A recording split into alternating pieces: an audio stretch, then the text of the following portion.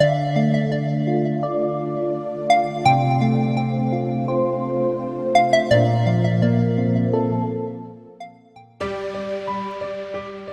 远不要停止思考。大家好，欢迎收看本期的宇宙视觉。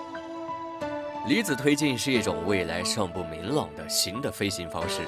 几乎所有人都认为，依靠离子发动机产生的离子风来推动飞机在大气层内飞行是永远不可能做到的。这是什么意思呢？我们在科幻电影里看到的那些尾部喷射出梦幻般蓝焰的，可以随时进出太空的离子发动机飞机，可能是永远无法实现的。这是因为在大气层内飞行或突破大气层需要强大推力的发动机，而离子发动机是利用电力将气体电离，然后用电场将带电离子加速喷出来产生推力。虽然比冲量远大于化学燃料，但短时间内产生的推力极小，目前只能在太空卫星中使用，比如美国的深空1号、日本的隼鸟号、中国的实践9号卫星。离子推进是上世纪60年代发明的，基于上述原因，长期以来几乎所有科学家和航空专业人员都认为离子发动机飞机不可能在大气层内飞行，因而这个想法也被渐渐的淡忘。直到在电池、电子和新材料技术突飞猛进的今天，美国麻省理工学院的一个科学家团队决心重新审视一下这项技术，看看有没有可能制造出能在地球表面飞行的离子发动机飞机。在研究各种推进设计、平衡各种因素作用后，研究人员制造了世界上第一架由离子风推进的飞机。这架飞机翼展5米，机身很薄，包括电池和电子设备在内不到2.5公斤，没有任何活动部件。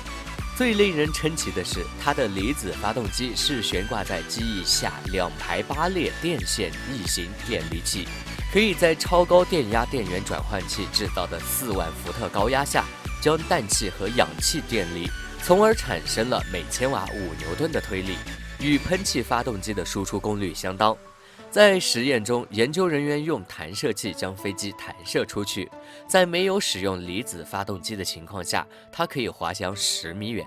而打开离子发动机后，飞机可以巡航飞行60米远。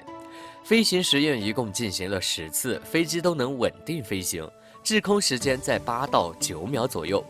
研究人员认为整个系统的效率还很低下，仅只有2.5%左右，远低于传统飞机。如果建造一个更大更快的飞行器，还可以将整体效率提高1倍，而不需要对底层设计做任何改变。